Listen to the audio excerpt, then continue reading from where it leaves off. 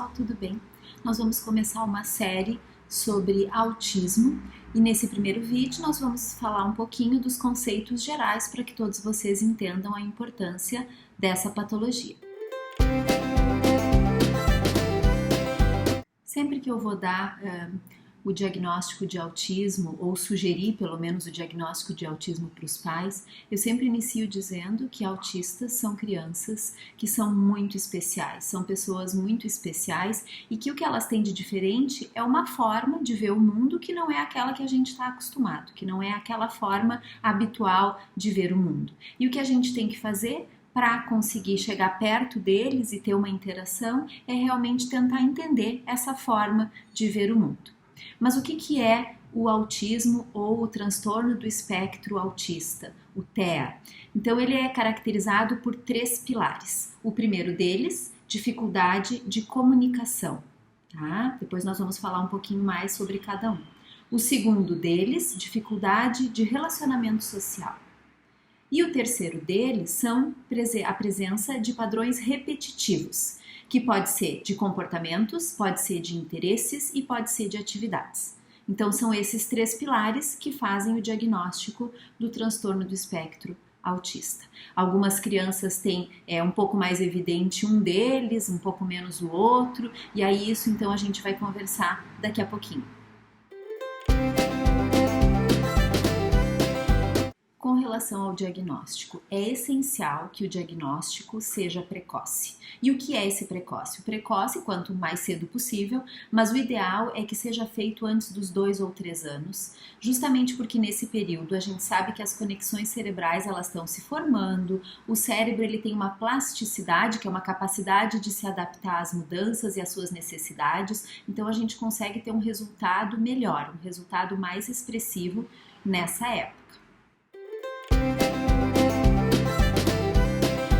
Com relação aos sinais de autismo, quais são, por exemplo, as alterações que devem chamar a atenção dos médicos, do pediatra e dos pais também, para realmente pensar e buscar a possibilidade da criança ter um diagnóstico de TEA, de transtorno do espectro autista.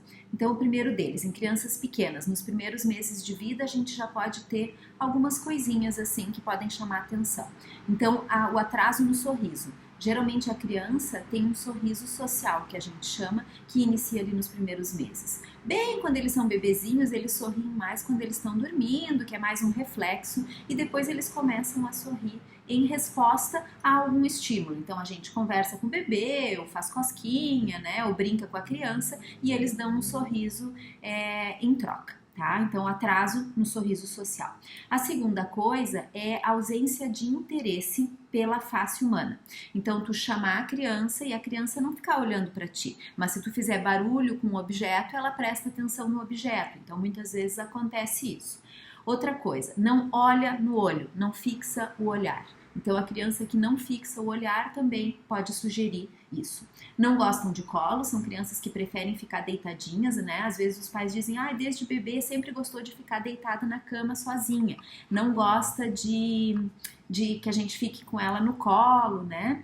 E são crianças que quando chega aquele período que os bebês têm aquela ansiedade de separação, que quando a gente sai de perto, principalmente a mãe, mas geralmente a mãe e o pai, ou a pessoa que cuida mais da criança, que saem de perto, a criança chora, né? E fica bem, fica sentindo aquela ausência. E normalmente essas crianças não sentem isso. Tá?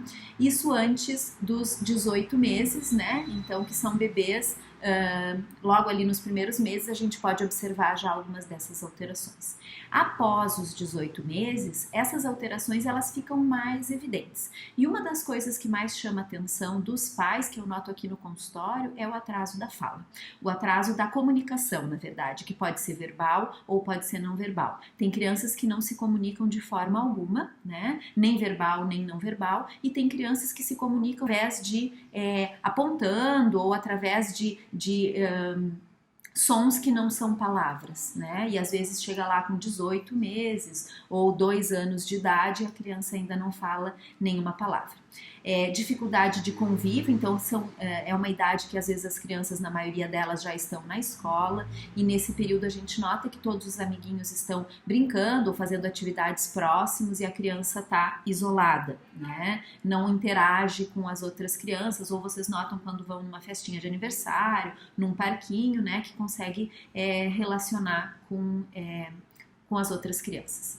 E fora isso, aqueles interesses repetitivos. Então tem crianças que gostam sempre das mesmas coisas. Tem alguns que ficam fazendo movimentos repetitivos, então fazer isso aqui ou fazer aqui, né, movimentar os braços, né? Às vezes fica na frente da televisão e fica fazendo a mesma coisa, ou gosta só de um tipo de desenho, só de um tipo de musiquinha, que fica fazendo com que aquilo seja repetido, repetido, repetido.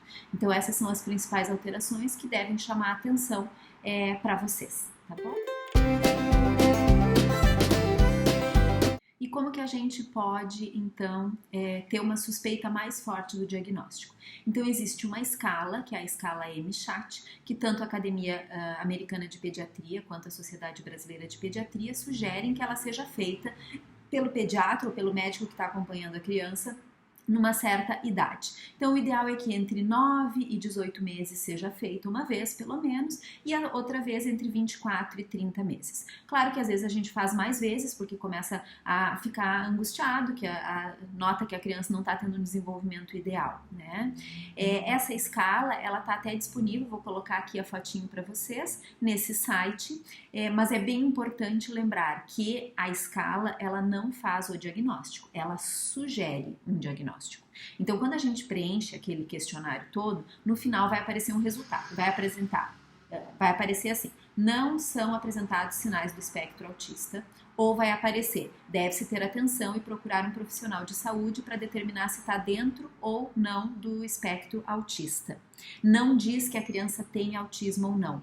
Tem muitas crianças que a gente faz a avaliação num primeiro momento e essa avaliação vem sugerindo um diagnóstico de autismo, tá? E aí depois a gente acompanha e a criança vai desenvolvendo aquelas habilidades que estavam faltando e dali a pouco ela não tem mais, pelo questionário, esse diagnóstico, essa sugestão diagnóstica de TEA. Tá? Então isso é bem importante, o questionário não dá diagnóstico. Quem dá diagnóstico é o médico, juntamente com a psicóloga, a avaliação da psicóloga, o neuropediatra, o pediatra. Tá? Então isso é muito importante. Então, se vocês forem entrar no site e fazer o questionário, não esqueçam que isso não significa que a criança tem o autismo e não significa que está indicado fazer nenhum tipo de tratamento. Está sim indicado procurar ajuda para que realmente seja feito um diagnóstico de certeza se a criança tem ou não o transtorno do espectro autista. Tá? Fora isso, vou colocar aqui também, aquela página da caderneta da criança que mostra ali, né, os desenvolvimentos que a criança deve ter em determinadas idades, já nos dá uma boa dica de se as coisas estão normais ou não. Então, se começa a ficar muito atrasado o desenvolvimento da criança ali pela caderneta da criança mesmo, que vocês podem ir preenchendo, aí a gente já tem que começar a se preocupar e ir atrás para ver o que está acontecendo, se está tudo certo ou se tem algum problema. Essa nossa primeira conversa foi para ter uma ideia do que é o transtorno do espectro autista e os principais sinais que podem sugerir esse diagnóstico.